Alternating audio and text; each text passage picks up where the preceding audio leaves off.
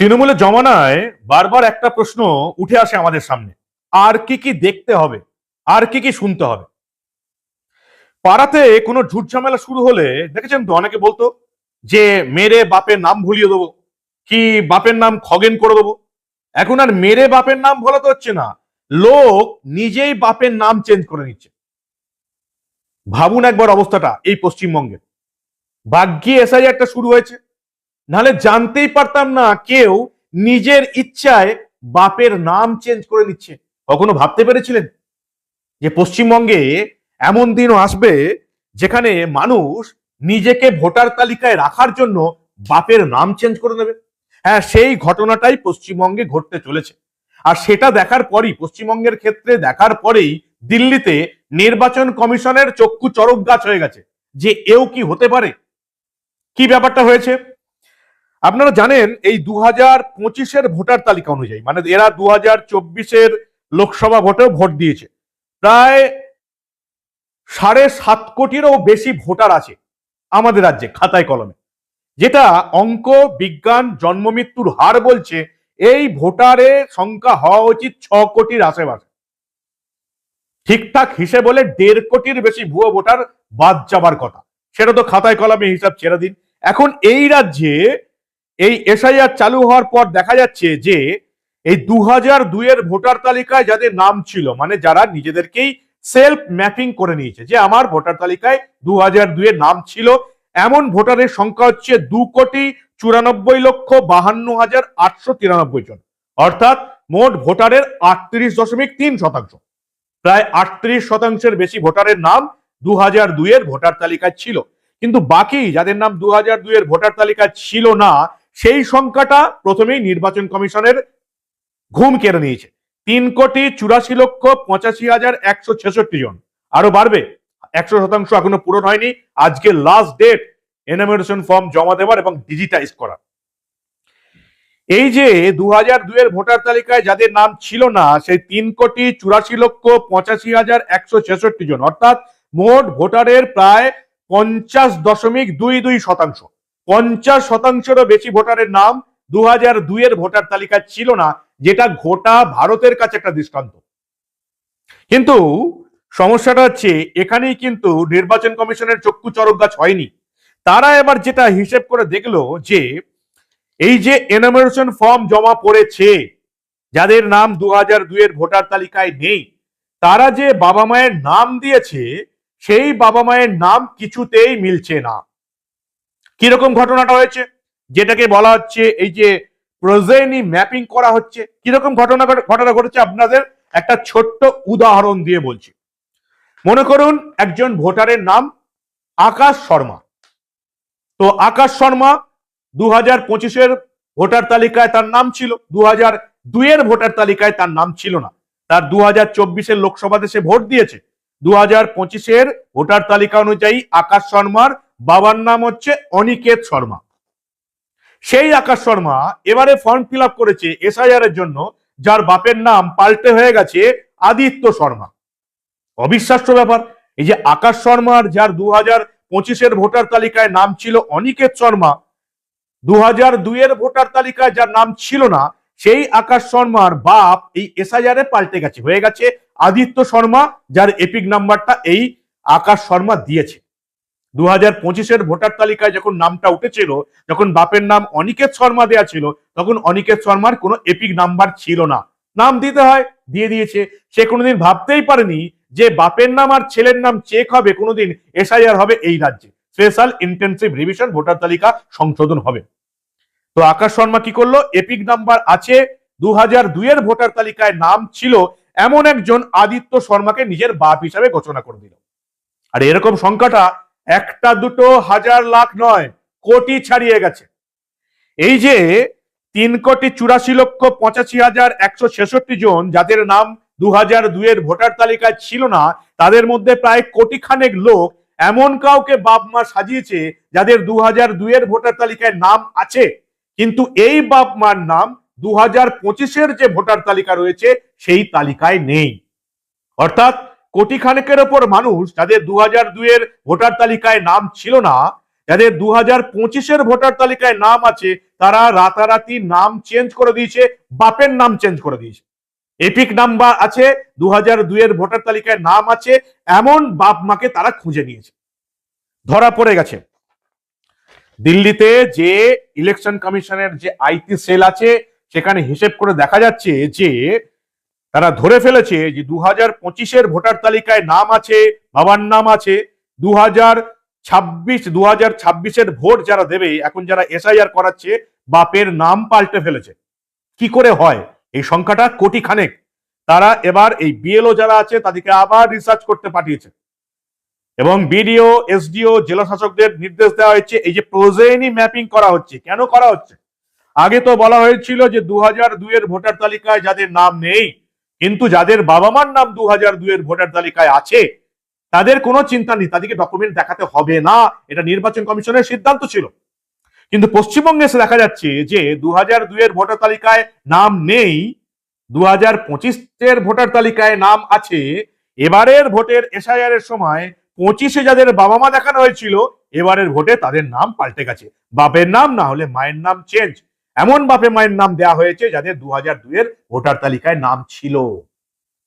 এই চুরি নির্বাচন কমিশন ধরে ফেলেছে এবং তাদেরকে পরিষ্কার বলা হয়েছে, এ রাজ্যের ইলেকশন কমিশনার যিনি আছেন, নির্বাচনী আধিকারিক যিনি আছেন, তাকে বলা হয়েছে as the number of such cases is very high, the poll panel could not be biased. আপনারা চেক করুন, বাপের নাম পাল্টে ফেলেছে আইটি টিম, নির্বাচন সদন দিল্লির ইলেকশন কমিশন, তারা ধরে ফেলেছে লার্জ স্কেলে এই ডিসক্রিপেন্সিস হয়েছে, অর্থাৎ দুর্নীতি হয়েছে।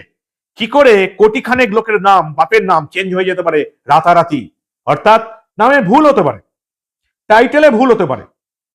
যেমন এই যে আকাশ শর্মা, যার নাম 2002-এর ভোটার তালিকায় ছিল না, 2025-এর ভোটার তালিকায় আছে, 2024-এর লোকসভা ভোটে ভোট দিয়েছে, যার বাপের নাম অনিকেত শর্মা বলে ঘোষণা করা হয়েছে। খুব বেশি হলে কি হতে পারে?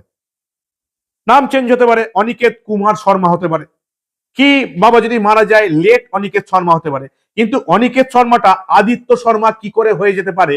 এরকম কোটি খানেক এরকম দুর্নীতি কি করে হতে পারে সেটা নিয়ে এবার চেকিং শুরু হয়ে গেছে। প্রোজেনি ম্যাপিং হচ্ছে, অর্থাৎ এই যে 3,84,85,166 জন ফর্ম ফিল আপ করে দিলেন, বাবার নাম মায়ের নাম দেখিয়ে দিলেন যাদের নাম 2002-এর ভোটার তালিকায় আছে, কিন্তু বাবা মায়ের নাম সম্পূর্ণ উল্টো হয়ে গেল 2025-এর নামের সঙ্গে, ধরা পড়ে যাবে। একেবারে 100% নির্ভুল তালিকা করতে ইলেকশন কমিশন নির্দেশ দিয়েছে।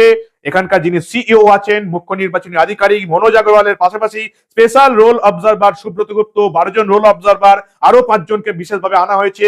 তারা প্রত্যেকে এই নিয়ে খোঁজ খবর রাখছেন, বিএলওদের কাজকর্ম দিকে নজর রাখছেন এবং বিএলওদের পরিষ্কার জানানো হয়েছে, বিএলওদের জেলা শাসকদের জানিয়ে দেওয়া হয়েছে, যদি ধরা পড়ে যায় যে বেআইনি কাজ করে বেআইনি ফর্ম দিয়ে কাউকে রাখা হচ্ছে, 2 থেকে 7 বছরের জেল।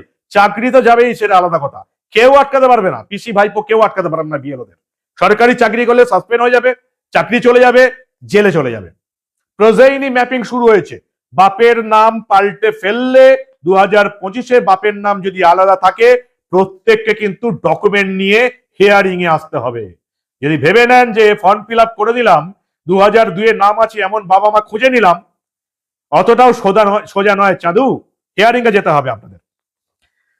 প্রোজেনি ম্যাপিং শুরু হয়ে গেছে এবং এই নিয়ে জোর দেওয়া হয়েছে এবং এই যে ভোটার তালিকা সংশোধনের কাজ যাতে একেবারে নির্ভুল হয়, কোন রকম দ্বন্দ্ব না থাকে, রাজনৈতিক দলগুলো বিশেষ করে তৃণমূলের তরফ থেকে মমতা বন্দ্যোপাধ্যায়, অভিষেক বন্দ্যোপাধ্যায় এবং বাকি তৃণমূল নেতারা যে মিথ্যা কথা বলে বাংলার মানুষকে ভুল বোঝানোর চেষ্টা করছেন, সমস্ত জায়গায় জল ঢেলে দিয়েছে নির্বাচন কমিশন।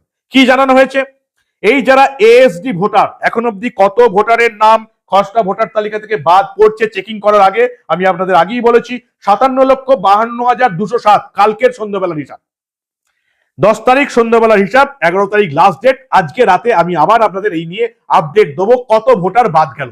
আমি প্রথম থেকেই বলেছিলাম চেকিং এর আগে 11 তারিখ সন্ধ্যায় আমরা প্রায় 60 লাখ মানুষের নাম দেখতে পাবো যাদের নাম খসড়া ভোটার তালিকায় থাকবে না। এখন অব্দি গতকাল সন্ধ্যা অব্দি এই সংখ্যাটা দাঁড়িয়েছে 57,52,207। মৃত ভোটারের সংখ্যা 24,14,000, খুঁজে পাওয়া যায়নি 11,57,000, স্থানান্তরিত ভোটার 19,89,000, ডুপ্লিকেট ভোটার 1,35,000, অন্যান্য প্রায় 54,000। এই যে এডিএস যেটাকে বলা হচ্ছে, এএসডি যেটাকে বলা হচ্ছে, মানে হচ্ছে মৃত, স্থানান্তরিত এবং ডুপ্লিকেট ভোটার, এদের প্রত্যেকের নামের তালিকা বিভিন্ন রাজনৈতিক দলের বিএলএ, বুথ লেভেল এজেন্ট যারা আছে তাদেরকে দেওয়া হবে। এদের নামের তালিকা, যাদের নাম খসড়া ভোটার তালিকায় থাকছে না, 2025-এ যাদের নাম ছিল, যাদের নাম এখন থাকছে না, প্রত্যেকের নাম নিজেদের বুথে, বিডিও অফিসে, পঞ্চায়েত অফিসে, নির্বাচন কমিশনের ওয়েবসাইটে টাঙিয়ে দেওয়া হবে, যাতে যাদের নাম খসড়া ভোটার তালিকা থেকে বাদ যাচ্ছে তাদের মধ্যে কেউ যদি মৃতরা বেঁচে থাকে, কেউ যদি স্থানান্তরিত হয়ে গেছে এখন নেই, কেউ যদি ভিন রাজ্যে চলে গিয়ে থাকে কিন্তু এখনো ভোটার আছে, তারা নিজেদের ডকুমেন্ট নিয়ে 1 মাসের মধ্যে নিজেদের নাম ভোটার তালিকায় তুলতে পারে।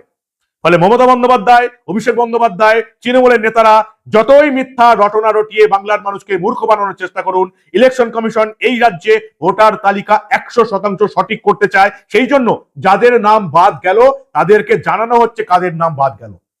বুথ লেভেল অফিসাররা জানতে পারবেন, বুথ লেভেল এজেন্ট বিভিন্ন রাজনৈতিক দলের জানতে পারবেন, সব জায়গায় দেওয়া থাকবে, নিজেদের বুথে, পঞ্চায়েত অফিসে, জেলা শাসকের অফিসে, বিডিও অফিসে এবং নির্বাচন কমিশনের ওয়েবসাইটে কাদের নাম বাদ গেল, যারা 1 মাস সময় পাবেন তাদের নাম তোলার জন্য।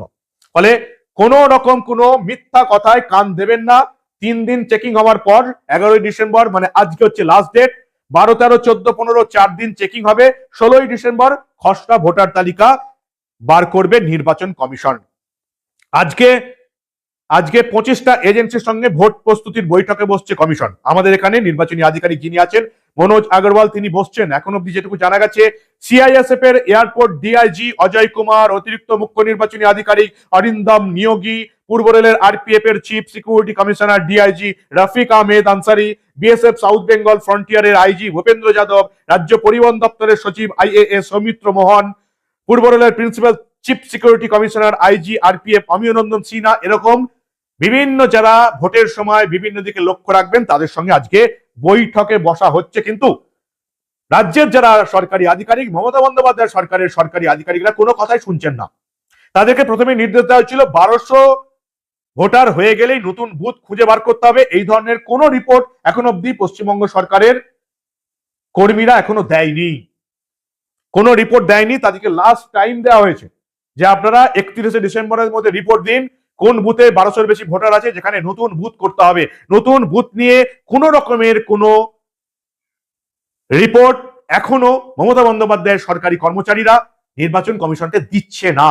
পদে পদে বাধা দিচ্ছে সরকারি কর্মচারীরা। এবং মমতা বন্দ্যোপাধ্যায় যেটা করছেন, পরিযায়ী শ্রমিকদের ডেকে আনছেন, যারা বিভিন্ন রাজ্যে মাইনে পাচ্ছেন হাজার হাজার টাকা, তাদেরকে 5000 টাকা দিয়ে ডেকে আনার চেষ্টা করছেন। এবং দেখা যাচ্ছে সেখানে প্রচুর পরিযায়ী শ্রমিক নাকি নাম রাখিয়েছে। আমি জানি না কোন পরিযায়ী শ্রমিক 5000 টাকার লোভে এ রাজ্যে আসছে। এবং এখানেও যে একটা বড় রকমের ঘোটালা হয়েছে সেটা বলাই যাচ্ছে। তবে তৃণমূল ছাড়ার কথা নয়, তারা নথিহীন ভোটারদের জন্য May I help you camp করছে, যাতে নথিহীন ভোটারদের নথি তৈরি করে দেওয়া যায়। কিন্তু ইলেকশন কমিশনের তরফ থেকে পরিষ্কার বলে দেওয়া হয়েছে, যদি ভুয়ো নথি ধরা পড়ে, যে ভুয়ো নথি তৈরি করে দেবে, সরকারি চাকরি করলে তো সরকারি চাকরি যাবেই, 2 থেকে 7 বছরের জেল, কেউ আটকাতে পারবে না। মৃত ভোটারদের যাতে বাদ নেওয়া যাওয়া যায় তার জন্য আবার May I help you vote করছে তৃণমূলীরা। অর্থাৎ মৃত ভোটার, ভুয়ো ভোটার, ছাপ্পা মেরে যারা এতদিন তৃণমূলকে জিতিয়েছে তাদের নামও যাতে বাদ না যায় সেজন্য চেষ্টা চলছে। কিন্তু কোনো কিছুতেই আটকানো যাবে না। ইলেকশন কমিশন যে অ্যাপস এনেছে, যেভাবে প্রয়োজনী ম্যাপিং করা হচ্ছে, তাতে আপাতত আজ অব্দি, আজকে সকাল অব্দি, গতকালের রিপোর্ট আমাদের দেখেছি, 57.5 লক্ষ ভুয়ো ভোটারের নাম বাদ চলে যাচ্ছে খসড়া ভোটার তালিকায়। চেকিং এর পর কত নাম বাদ যাবে আমি তো আপনাদের বলেছি, 1 কোটির কাছাকাছি, 1 কোটির বেশি যদি নাম বাদ যায় তাহলে জানবো এই রাজ্যে এসআইআর ঠিকঠাক হলো। তৃণমূল যতটা সম্ভব বাধা দেওয়ার চেষ্টা করছে। আজকেও মমতা বন্দ্যোপাধ্যায় রাজ্যের মানুষকে ভুল বুঝিয়ে যাচ্ছেন এসআইআর এর বিরুদ্ধে, ভোটার তালিকা সংশোধনের বিরুদ্ধে। নির্বাচন কমিশনের বিরুদ্ধে এইরকম ভাবে প্রতিদিন মিথ্যা কথা বলে মমতা বন্দ্যোপাধ্যায় কি সংবিধানকে নিজের হাতে তুলে নিয়েছেন? আদৌ মমতা বন্দ্যোপাধ্যায় সংবিধানের নামে শপথ নিয়ে কি নিজে কি সংবিধানটা মানেন? এই রাজ্যের আইন কানুন, দেশের আইন কানুন মমতা বন্দ্যোপাধ্যায় মানেন? এভাবে প্রতিদিন মিথ্যা কথা বলে যাচ্ছেন রাজ্যের মানুষের সামনে। কাকে বসিয়েছেন রাজ্যের মুখ্যমন্ত্রী করে? প্রতিদিন মিথ্যা কথা বলে যাচ্ছেন। নির্বাচন কমিশন পরিষ্কার বলে দিয়েছে, খসড়া ভোটার তালিকায় যাদের নাম থাকছে না তাদের নাম প্রত্যেককে দেখতে পাবে।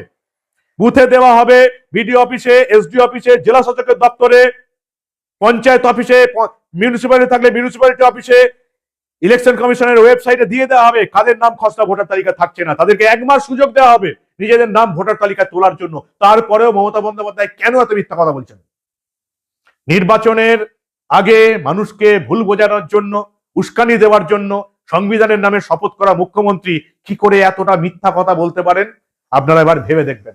আপনাদের মূল্যবান এবং গুরুত্বপূর্ণ মতামত জানান দা নিউজ বাংলার কমেন্ট সেকশনে। দেখতে থাকুন দা নিউজ বাংলা। আমরা আবার রাজ্যে ঘটে যাওয়া এই ধরনের অনেক খবরই চেপে রাখতে দেব না।